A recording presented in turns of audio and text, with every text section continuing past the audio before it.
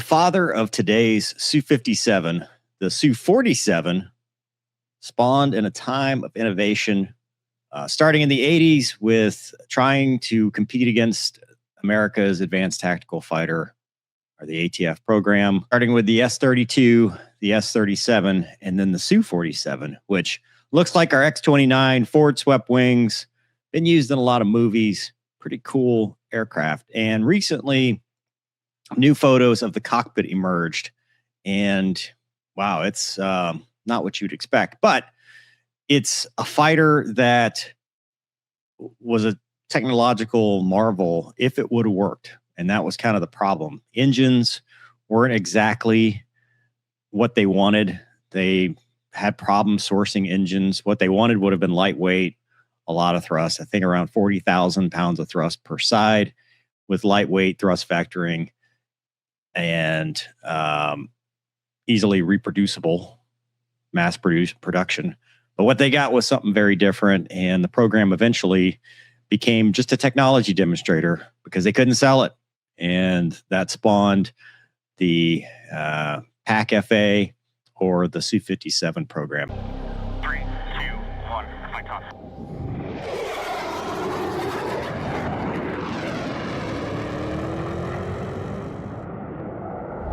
So these pictures were posted by Fighterman FFRC, newly emerged Su-47 cockpit instrument panel photos. And we've seen the Su-57, looks very similar in a lot of ways to your standard Sukhoi design. But yeah, totally different than what I would have thought. I mean, now granted, this is a 90s model, right? Early 2000s. Didn't fly much after that. And just going through it, you can see here analog on the left side, which matches pretty much the time. I mean,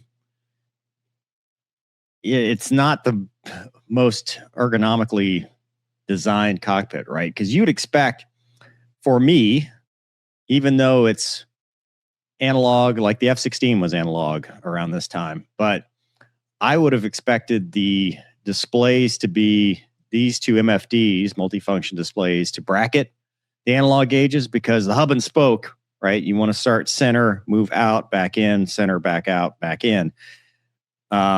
This basically means you're looking right and then left to go look at your flight instruments.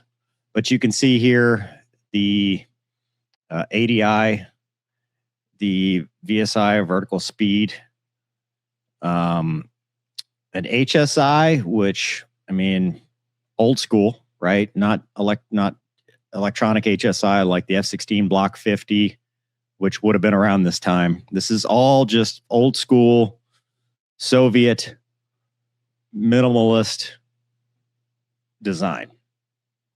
But you know, your gauges for probably your pressures, it looks like electric and then maybe a hydraulic. It's hard to tell what that is, but maybe electric gauges there.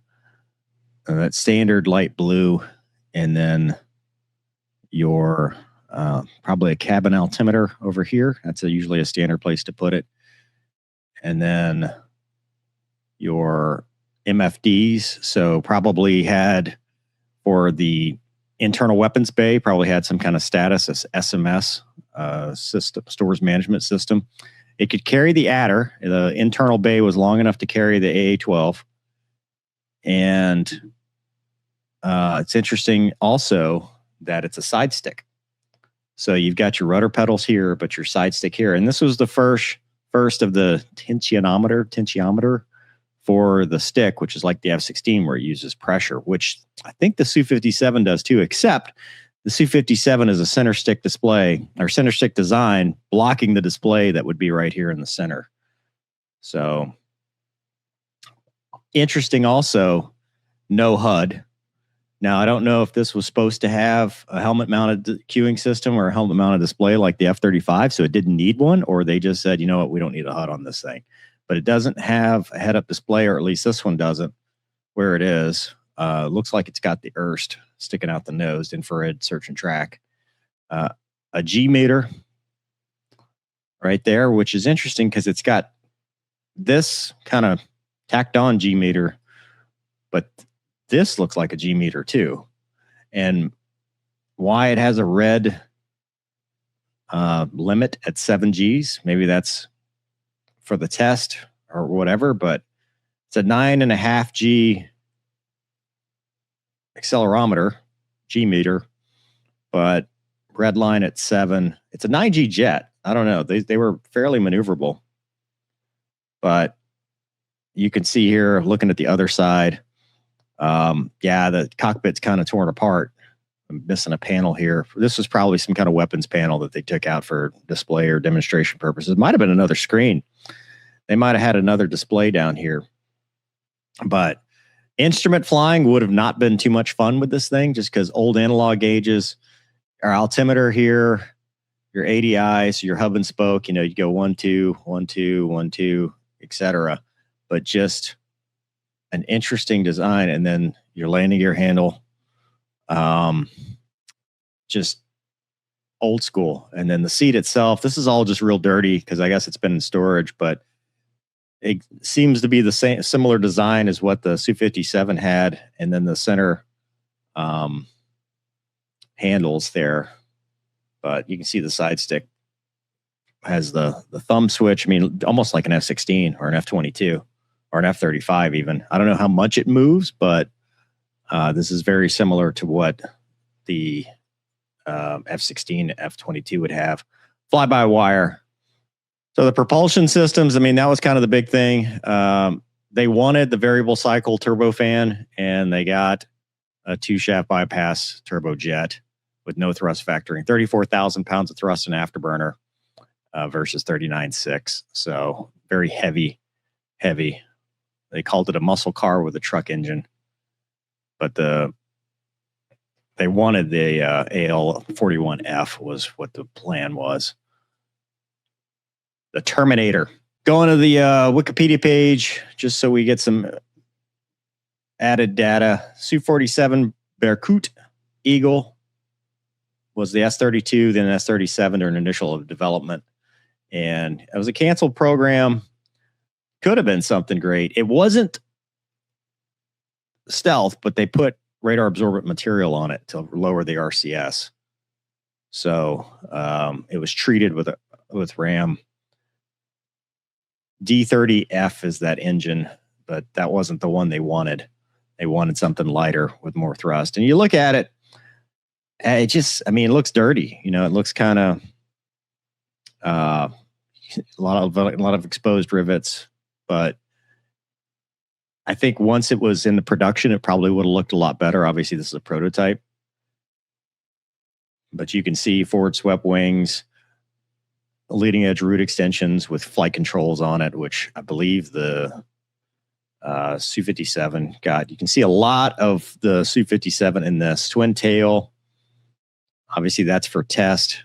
There, the long pitot on the nose, the IRST up there, heavy duty landing gear like the Soviets like to do, sits up high. Soviets love to have stuff sit up high that reduces FOD, foreign object debris, foreign object damage, to get into the intakes. They love their canopy bows. And I think that's a cheaper, solid design. And you can see size-wise, you know, I mean, compared to the flanker, big aircraft. And from what I understand, this was supposed to be a rear-facing radar with the double stingers, but I think they were using the space as parachutes. I don't think they were actually putting any sensors in it when they were doing these flights and tests and stuff. It just hadn't gotten that far in development, but it became the technological demonstrator for the Su-57, and the lessons learned were adapted for the Su-57, and the Su-57 is what this is today. But really cool airplane, very similar to the X-29.